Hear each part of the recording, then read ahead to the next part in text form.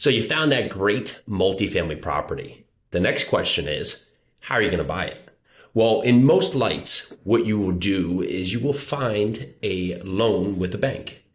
Reason for this is that you want to look at your cost of capital. Typically, our returns, if we borrow money or bring in money from friends and family, if we syndicate the deal, the expectation from ourselves and our investors is that we're going to seek our highest return possible. We're going to seek higher returns. With that, we can typically find banks that will be able to leverage the deal at a lower interest rate. Even with the rise up today in interest rates, we still see that as a really big solution to, of course, maximize on your cost of capital. So what you want to look at here is how can you put the right leverage onto the deal? And typically you can find this in a number of different ways. You can go to CMBS. You can go to Fannie and Freddie. You can go to bridge lenders, which are basically hard money lenders for anybody in the flipping world. We can go to local banks, regional banks, credit unions.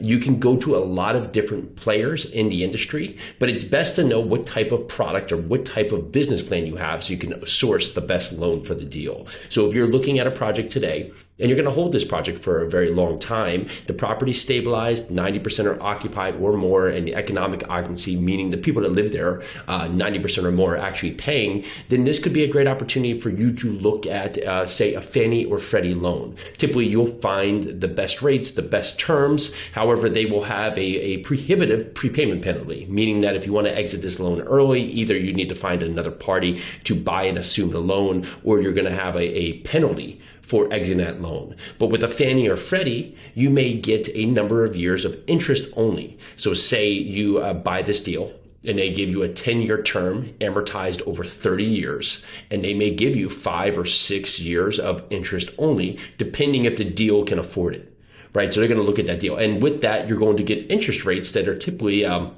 very, we'll say, good for you at that time. Now you have to look forward looking too. So you have to have your crystal ball out and say, well, do you think the market is going to continue to have rising interest rates? Because then today it would make sense for you to lock in a fixed rate. However, if you think interest rates are going to sink in the next 12 or 20 months or 24 months, you may not want to lock yourself into a long-term debt cycle here where the loan itself may be prohibitive for you to get out to and really capitalize on the lower interest rates. For that side, you could look at another group. You could look at a local bank or a community bank where the terms will not be as aggressive or appealing as you may find with Fannie or Freddie. Maybe the interest rate may be higher.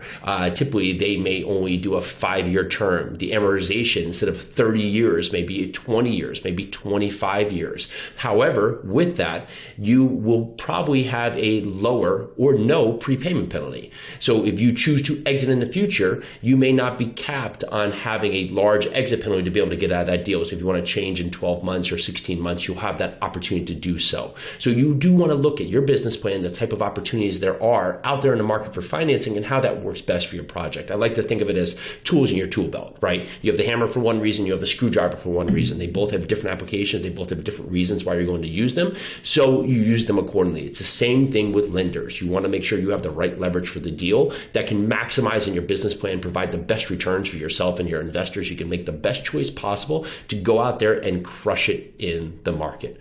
So that's a great way for you today to look at how to finance a multifamily property. Good luck, happy hunting, go out there and crush deals. I'm Jason of Yarusi Holdings. Come reach out to us, let us know what you're working on. We'd love to hear from you. Let's do this.